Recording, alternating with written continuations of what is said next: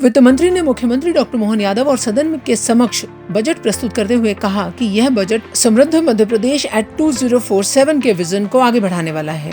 सरकार का फोकस गरीब कल्याण, युवाओं को अवसर देने वाला और किसानों की आय बढ़ाने वाला तथा महिलाओं के सशक्तिकरण और औद्योगिक निवेश को प्रोत्साहन पर रखा गया है। वित्तीय वर्ष 2026-27 में कृषि क्षेत्र के लिए 38,850 करोड़ रुपए, सामाजिक स्वास्थ्य एवं महिला बाल विकास के लिए 56,478 करोड़ रुपए, शिक्षा क्षेत्र के लिए 45,358 करोड़ रुपए, SC/ST एवं पिछड़ा वर्ग कल्याण के लिए 24,024 करोड़ रुपए, नगरीय एवं ग्रामीण विकास के लिए 61,665 करोड़ रुपए, संस्कृति एवं पर्यटन विभाग के लिए 2,069 करोड़ रुपए, अधोसंरचना विकास के लिए 49,084 करोड़ रुपए का प्रावधान किया गया है। इस बजट की एक बड़ी खासियत पूंजीगत व्यय यानी कैपिटल आउटलेट पर जोर है। राज्य का पूंजीगत व्यय वर्ष 2024-25 के 70,585 करोड़ रुपए से बढ़ाकर 2026-27 में 28,266 करोड़ रुपए कर दिया गया है। पिछले 2 वर्षों में इसमें लगभग 24% की वृद्धि दर्ज की गई। हमने पूरी कोशिश की है कि सरकार का जब बजट प्रस्तुत होता है,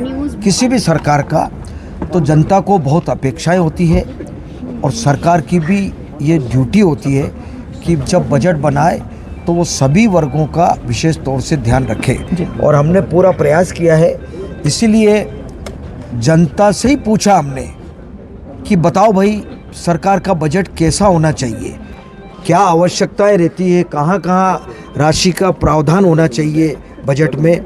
जनता के सुझाव आए, हमने प्रबुद्ध जनों को बुलाया, बजट संवाद रखा, विषय विशेषज्ञों को हमने बुलाए, चार्टेड अकाउंटेंट, प्रबुद्ध जन, ऐसे बहुत बड़ी संख्या में लोगों को बुला करके हमने संवाद किया, दिन भर कार्यक्रम किया।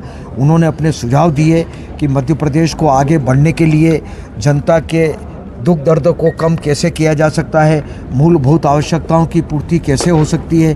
तो बजट में इन सब बातों का ध्यान रखना बहुत आवश्यक होता है और हमने पूरी कोशिश की है।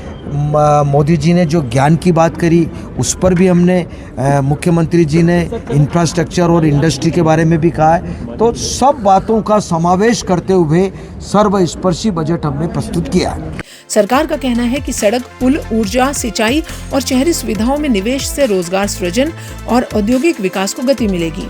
सरकार ने बहुआयामी गरीबी सूचकांक में सुधार का भी उल्लेख किया और सामाजिक योजनाओं के माध्यम से गरीबों के जीवन स्तर में सुधार का दावा किया। वहीं विपक्ष ने इस बजट को आंकड़ों का खेल बताते हुए कहा कि जमीनी हकीकत में महंगाई, बेरोजगारी और किसानों की समस्याएं जस की तस हैं। विपक्ष का आरोप है कि यह बजट केवल घोषणाओं तक सीमित है और जनता को गुमराह करने का प्रयास भी।